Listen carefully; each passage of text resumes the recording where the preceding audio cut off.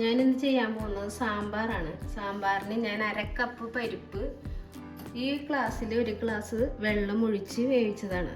മഞ്ഞൾപ്പൊടി ഇട്ട് വേവിച്ച് വെച്ചേക്കാണ്. വീണ്ടും സാമ്പാർ കഷ്ണം അരിഞ്ഞ് വെച്ചിട്ടുണ്ട്. ഇതിൽ ഒരു ചെറിയ കഷ്ണം വഴുതനങ്ങ, ഒരു പച്ചക്കായ, ഒരു ക്യാരറ്റ്, ഒരു ഉരുളൻകിഴങ്ങ്, ഒരു മുരിങ്ങാക്കോലി, ഒരു കഷ്ണം കുമ്പളങ്ങ, ഒരു കഷ്ണം മത്തങ്ങ, അങ്ങനെയുള്ള കഷ്ണങ്ങളാണിത്. ഇത് അരിഞ്ഞ് വെച്ചേക്കണാണ്. ഇത് വാരി കുക്കറിലേക്ക് ഇടാം.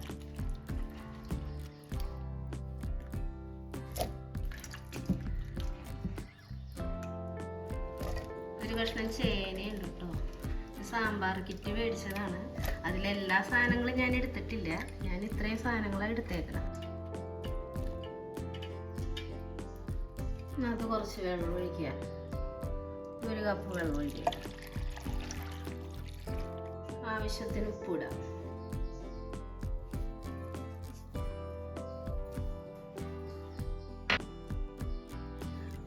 കയ്യിൽ വെച്ച് ഇളക്കിയിട്ട് നമുക്ക് കുക്കർ മൂടി വെച്ച് കത്തിക്കാം.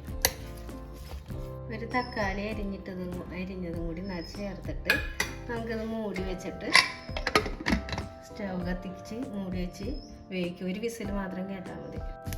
സ്റ്റവ് കത്തിച്ചിട്ട് ഈ കുക്കർ എടുത്ത് വെക്കാം. 1 വിസിൽ കേൾപ്പിക്കുക.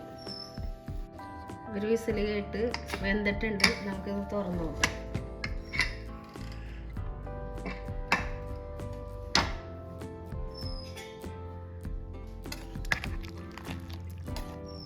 കഷ്ണങ്ങളൊക്കെ വെന്തിട്ടുണ്ട്, ഉടഞ്ഞു പോയിട്ടില്ല. വേറൊരു ചട്ടി എടുത്ത് വെക്കാം. എൻ്റെ വെള്ളമൊക്കെ പോട്ടെ. ഇതൊരു 5-8 വെണ്ടയ്ക്കയാണ്.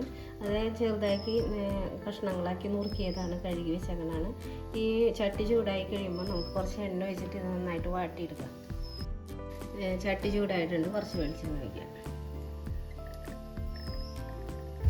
എന്നിട്ട് നമുക്ക് നുറുക്കി വെച്ചിരിക്കുന്ന വെണ്ടയ്ക്ക അതിനകത്തോട്ട് ഇടാം. വെണ്ടയ്ക്ക ഇങ്ങനെ എണ്ണയിൽ വാട്ടണത്. ഇതിലൊരു വഴുവഴുപ്പുണ്ടാവും.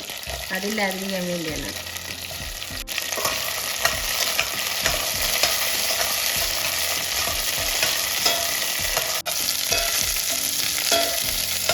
നന്നായിട്ട് വാടിയിട്ടുണ്ട്. നമുക്കിതൊരു പാത്രത്തിലേക്ക് മാറ്റാം. മാറ്റി വെച്ചിട്ട് ഒരൽപ്പം കൂടി എണ്ണ അതിനകത്ത് ഒഴിക്കുക.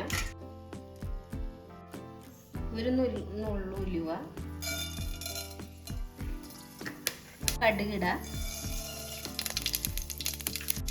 കടുക് പൊട്ടി തീർന്ന് നമുക്ക് ഈ വറ്റൽമുളക് ഇടാം. കുറച്ച് കറിവേപ്പിലയും കൂടി ഇടാം.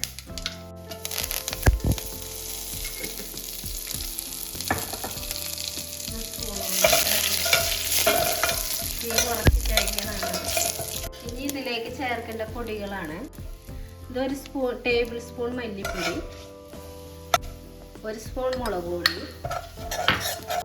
2 ടേബിൾ സ്പൂൺ സാമ്പാർ പൊടി, കുറച്ച് മല്ലിപ്പൊടി. നമുക്ക് 1 നെല്ലിക്ക വലിപ്പത്തിൽ പുളിവെള്ളമാണ്. 1 നെല്ലിക്ക വലിപ്പത്തിലുള്ള വെള്ളം പുളി വെള്ളത്തിലിട്ട് വെച്ചതാണ്. ആ വെള്ളമാണ് ഞാൻ കുഴിച്ചത്. ഇതിലേക്ക് നമ്മൾ വേവിച്ച് വെച്ചിരിക്കുന്ന ഈ സാമ്പാർ കഷ്ണങ്ങൾ ചേർക്കാം.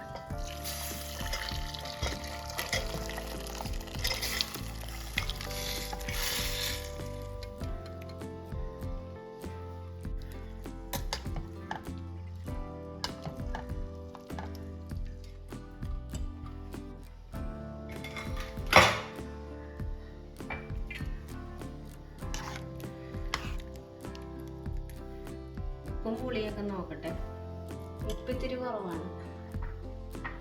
കുറച്ചും കൂടി ഉപ്പിടാം. നേരത്തെ വാട്ടി വെച്ച വെണ്ടക്കയും കൂടെ ഇതിലേക്ക് ചേർക്കാം. എന്നിട്ട് നന്നായിട്ട് തിളക്കട്ടെ.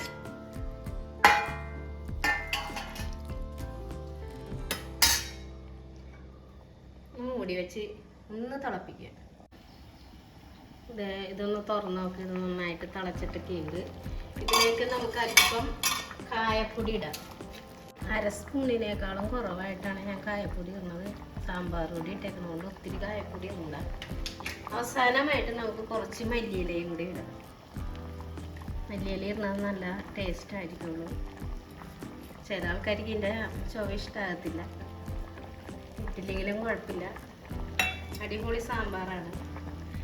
ഓണമൊക്കെ അല്ലേ വരുന്നത്, ഇങ്ങനെയൊന്ന് സാമ്പാർ ട്രൈ ചെയ്യുക. വീഡിയോ ഇഷ്ടമായാൽ ലൈക്ക് ചെയ്യുക, ഷെയർ ചെയ്യുക, കമൻറ്റ് ചെയ്യുക, സബ്സ്ക്രൈബ് ചെയ്യുക.